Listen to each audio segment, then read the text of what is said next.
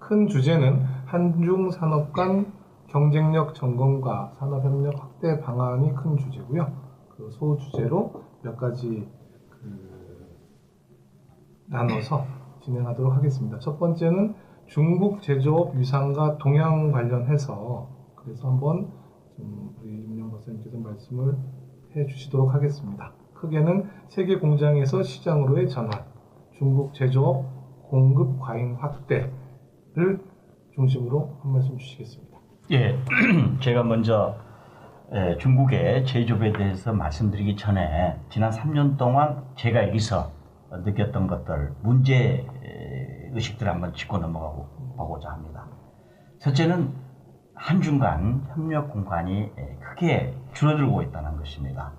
제가 와 있던 이 3년 동안 한국의 대중 수출이 매년 감소하는 그런 국면이었습니다. 다시 말해서 전통 제조업에서 자동차, 핸드폰, 굴삭기 등 한국이 우위를 갖고 있던 사람들이 점점 중국에 추격당하는 그런 모습을 지켜보고 있었고요. 두 번째는 그런 반면 새롭게 팔 물건이 없다는 것, 이런 것들을 열심히 찾고는 있으나 아직 뚜렷하게 대안을 못 제시하고 있는 부분들이 두 번째 문제고요. 세 번째는 다들 아시다시피 이 사드 배치 문제가 한중 간에 불거지면서 최근 한중 관계가 그렇게 이상적이지 못합니다. 특히 한진해운 또 삼성 핸드폰 리콜 사태가 전 세계적으로 이렇게 충격을 주면서 중국 내 항공 유상도 많이 나빠지고 있는 것 같습니다. 이런 것들을 문제로 해서 한번 제 나름대로 제가 지난 3년간 여기서 느꼈던 것들을 한번 말씀드리고자 합니다.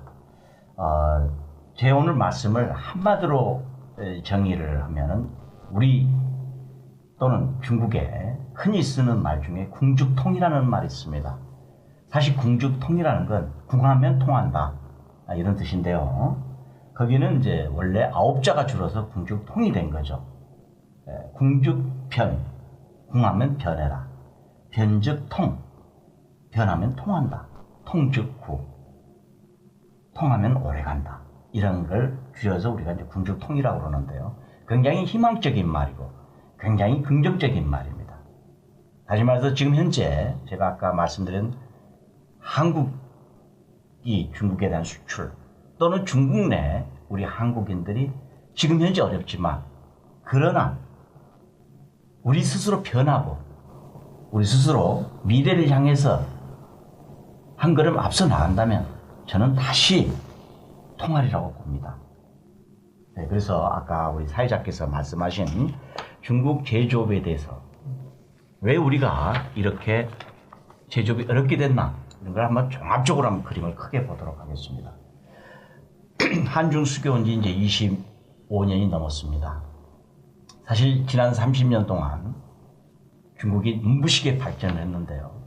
중국 경제 발전에 소위 말해서 세계에서 G2라는 이런 결과가 오기까지 저는 한 번에 3번의 변곡점이 있었다고 봅니다. 첫째가 1978년 그 유명한 등소평의 개혁 개방이고 저는 둘째로 내거는 게 1992년도를 제시하고 싶습니다.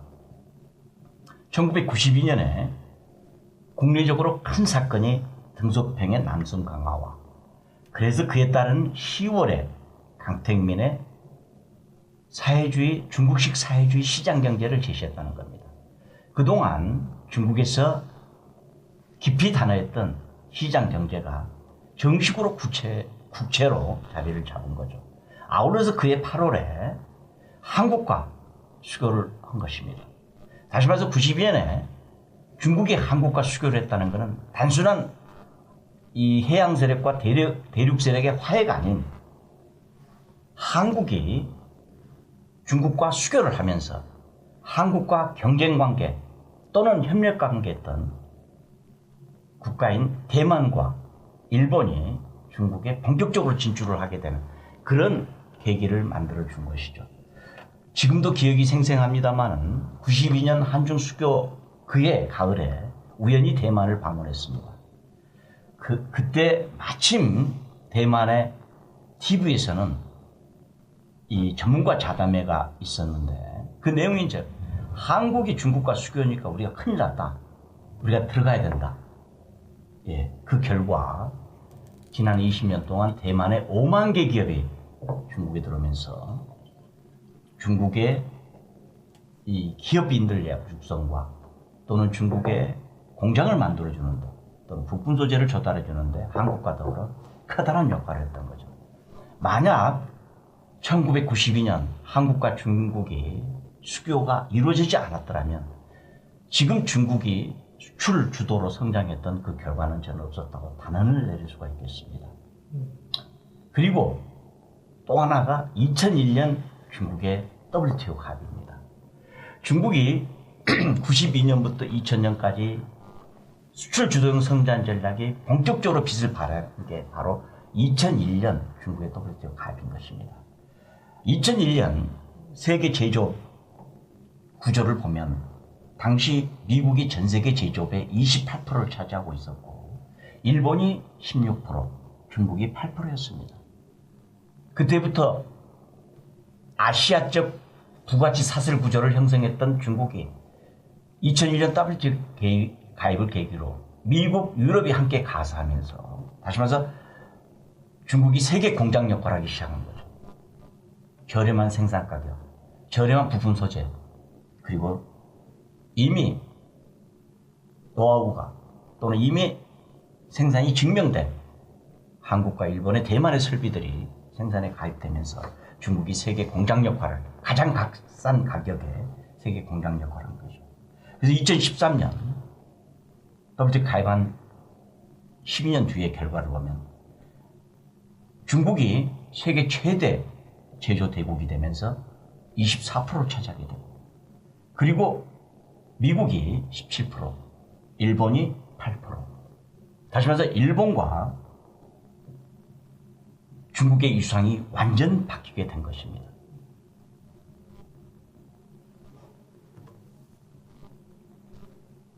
그래서 지금 이제 중국으로 몇 개의 지표를 가지고 중국 제조업이 얼마만큼 이 중국 경제가 제조업에 특화되어 있느냐 이걸 보면 2014년 중국이 인구가 세계에서 차지하는 비중은 19%입니다. GDP는 13%고요. 수출은 12%, 수입은 10%. 1인당 GDP는 세계의 4분의 3에 불과합니다. 그러나 중국 제조업이 전 세계에 차지하는 비중은 23%가 되는 거죠. 다시 말해서 중국의 인구 또는 GDP 또는 수출 수입을 포함해도 중국의 제조업 비중이 세계 차지하는 비중이 탁월하게 높은 그런 상황이 되어 있는 것입니다. 자, 지금 말씀 주신 내용은 일단 중국 제조업 공급 과잉 확대 부분까지 말씀을 주신 내용으로 보면 될까요? 예, 예. 네, 알겠습니다.